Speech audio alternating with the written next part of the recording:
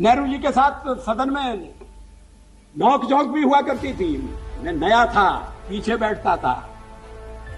मैंने एक बार पंडित जी से कह दिया था कि आपका एक मिला जुला व्यक्तित्व है और आप में चर्चिल भी है और चैम्बरलेन भी है। वो नाराज नहीं हुए।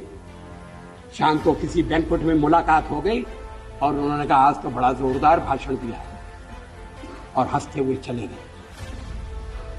आजकल ऐसी आलोचना करना दुश्मनी को दावत देना, लोग बोलना बंद कर देंगे।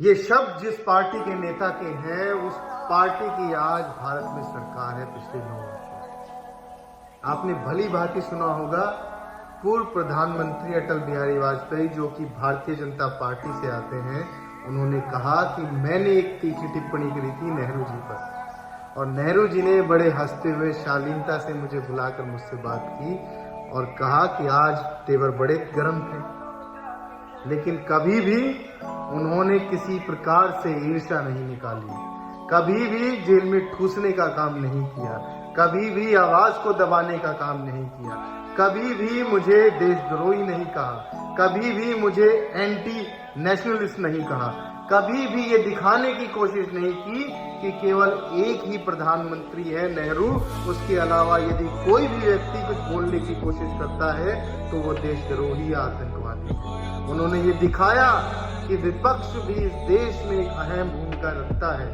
यदि विपक्ष कुछ बोलता है तो उसकी बात को भी तवज्जो दी जाती है, यदि विपक्ष कुछ कहना चाहता है तो उसकी बात को भी सुना जाता है। ये नहीं कि यदि आपके पास पूर्ण बहुमत है, क्योंकि हमेशा से नेहरू जी के पास पूर्ण बहुमत रहा।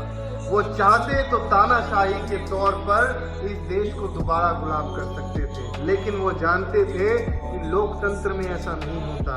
लोकतंत्र में विपक्ष को भी जगह दी जाती है और सत्ता पक्ष में यदि कोई सही बात करता है तो उसको भी जगह दी जाती है।